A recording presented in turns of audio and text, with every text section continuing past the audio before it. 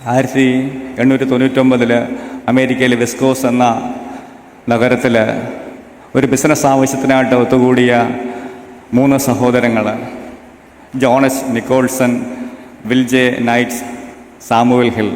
ഈ 3 സഹോദരങ്ങൾ അന്നത്തെ അവരുടെ ബിസിനസ് ആവശ്യം കഴിഞ്ഞിട്ട് അവർ താമസിച്ചിരുന്ന ഹോൾഡർ റൂമിൽ ഒന്ന് പ്രാർത്ഥനയ്ക്കായിട്ട് അവർ മുട്ടുമേൽ നിന്നപ്പോൾ വചനം വായിച്ച് കടന്നു പോകുവാനായിട്ട് വേദപുസ്തകം ഒന്ന് അന്വേഷിച്ചപ്പോൾ അന്ന് അവരെ ഒന്ന് എടുക്കുവാനായിട്ട് മറന്നുപോയായിരുന്നു. അവരെ ഹോട്ടൽ റൂമിൽ, ആ ഹോട്ടലിൽ സമീപ പ്രദേശങ്ങളിൽ ഒരു വേദപുസ്തകം കിട്ടുമോ ഒന്നേ ധ്യാനിച്ച് പ്രാർത്ഥിച്ച് അവർക്ക് നിദ്രയിൽ പ്രവേശിക്കുവാനായിട്ട് ആഗ്രഹിച്ചവർ അന്വേഷിച്ച സമയത്ത് അവർക്ക് ആ പരിസരത്ത് ഒരിടത്തു നിന്നും ഒരു വേദപുസ്തകം ലഭിക്കുവാൻ സാധിച്ചില്ല.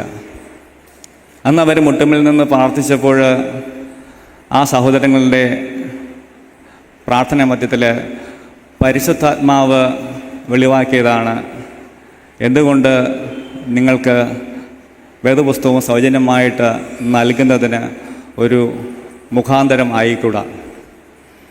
അങ്ങനെ ആ സഹോദരങ്ങളുടെ നിത്യമായിട്ടുള്ള ശക്തമായിട്ടുള്ള പ്രാർത്ഥനയുടെയും പ്രവർത്തനത്തിൻ്റെ ഫലമായിട്ട് ഏതാനും വർഷങ്ങൾക്കകം 5000 കോപ്പികൾ അവർക്ക് സൗജന്യമായിട്ട് വിതരണം ചെയ്യുവാനായിട്ട് സാധിച്ചു.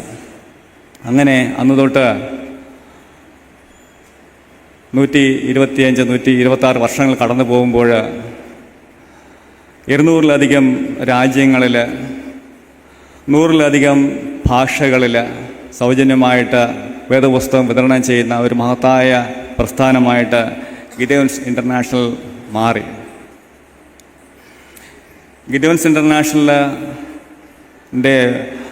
പ്രവർത്തകരെന്ന് പറയുന്നത് പ്രൊട്ടസ്റ്റൻ്റ് വിഭാഗത്തിൽപ്പെട്ട മർത്തോമ, CSI, പെന്തക്കോസ്റ്റൽ അങ്ങനെയുള്ള വിഭാഗത്തിൽപ്പെട്ട ജനങ്ങളും ഗിഡിയോൺസ് ഇൻ്റർനാഷണലിൻ്റെ വ്യക്തികൾ കടന്നു പോകുമ്പോൾ പറയുന്നത് Gideons International is the extend arms of church, സഭയുടെ നീട്ടപ്പെട്ട കരം.